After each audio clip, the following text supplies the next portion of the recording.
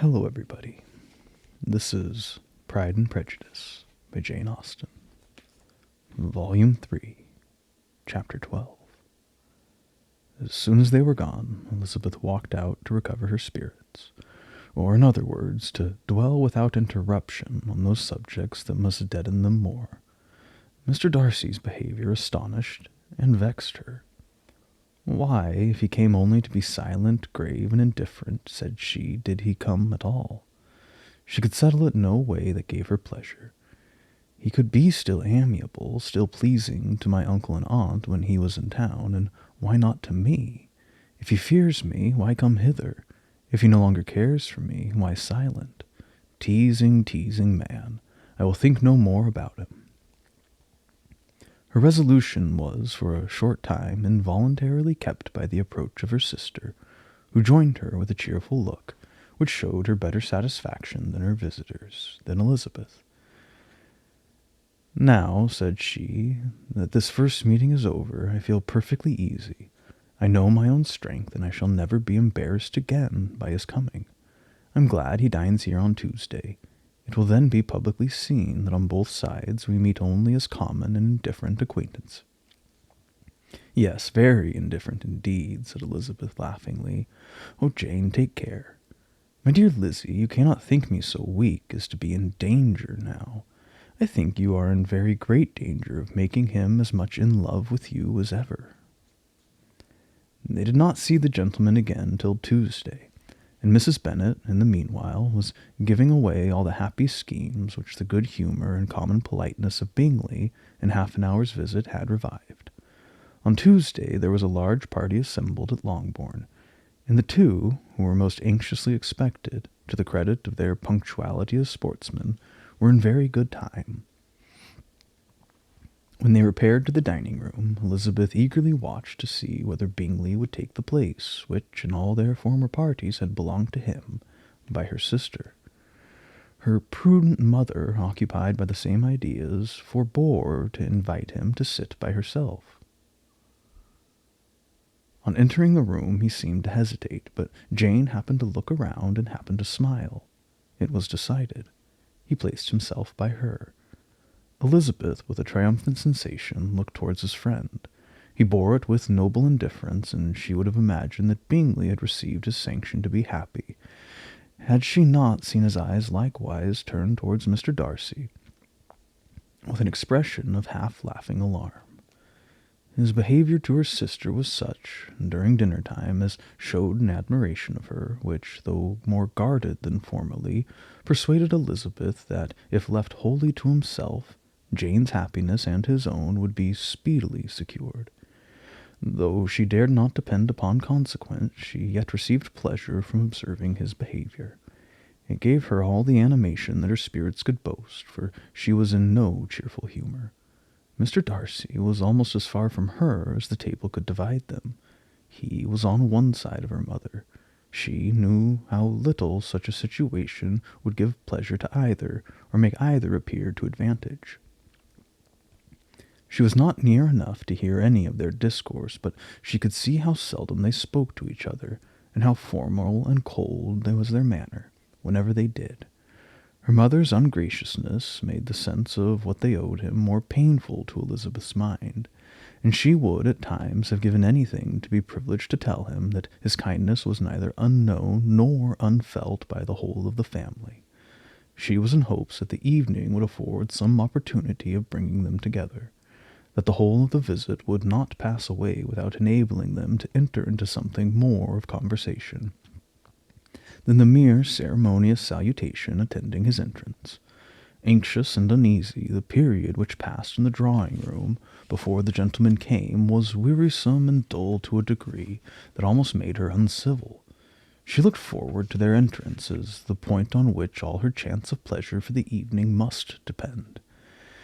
"If he does not come to me then," said she, "I shall give him up forever."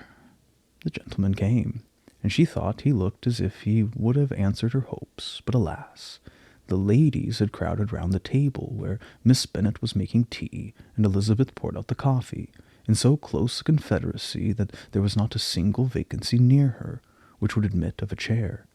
and on the gentleman's approaching, one of the girls moved closer to her than ever and said, in a whisper, "The men shan't come and part us. I'm determined. We want none of them, do we?" Darcy had walked away to another part of the room.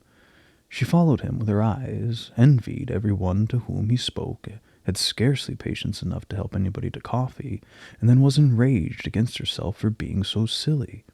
A man who has once been refused, how could I ever be foolish enough to expect a renewal of his love?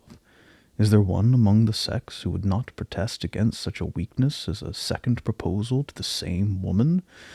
Is there no indignity so abhorrent to their feelings? She was a little revived, however, by his bringing back his coffee-cup himself, and she seized the opportunity of saying, "Is your sister at Pemberley still?" "Yes, she'll remain there till Christmas." "And quite alone? Have all her friends left her?" "Mrs. Ainsley is with her. The others have gone on to Scarborough these 3 weeks." She could think of nothing more to say, but if he wished to converse with her, he might have better success.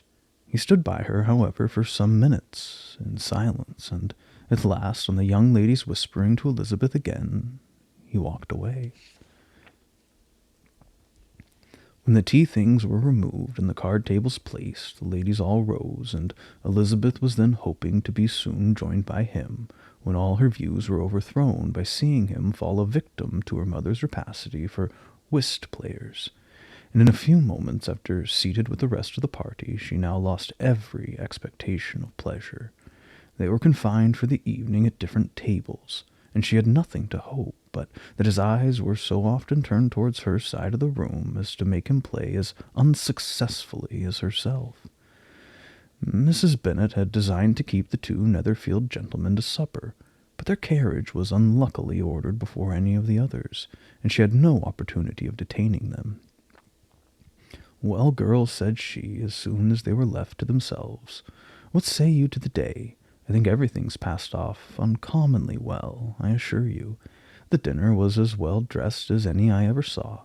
The venison was roasted to a turn, and everybody said they never saw so fat a haunch. The soup was 50 times better than what we had at the Lucases last week, and even Mr. Darcy acknowledged that the partridges were remarkably well done, and I suppose he has 2 or 3 French cooks at least, and, my dear Jane, I never saw you look in greater beauty. Mrs. Long said so too, for I asked her whether you did not, and what do you think she said besides? 'Ah, Mrs. Bennet, we shall have her at Netherfield at last.' She did indeed. I do think Mrs. Long is as good a creature as ever lived, and her nieces are very pretty behaved girls, and not at all handsome. I like them prodigiously." Mrs. Bennet, in short, was in very great spirits. She had seen enough of Bingley's behaviour to Jane to be convinced that she would get him at last, and her expectations of advantage to her family, when a happy humour, were so far beyond reason that she was quite disappointed at not seeing him there again the next day to make his proposals. "It has been a very agreeable day," said Miss Bennet to Elizabeth. "The party seems so well selected, so suitable one with the other. I hope we may often meet again." Elizabeth smiled. "Lizzie, you must not do so. You must not suspect me. It mortifies me. I assure you that I have now learnt to enjoy his conversation as an agreeable and sensible young man, without having to wish beyond it. I'm perfectly satisfied from what his manners now are, that he never had any design of engaging my affection. It's only that he is blessed with greater sweetness of address and a stronger desire of generally pleasing than any other man." "You're very cruel," said her sister. "You will not let me smile, and are provoking me to every moment. How hard it is in some cases to be believed, and how impossible in others. Why should you wish to persuade me that I feel more than I acknowledge?" "That is a question which I hardly know how to answer. We all love to instruct, though we can teach only what is not worth knowing. Forgive me if you persist in indifference. Do not make me your confidant."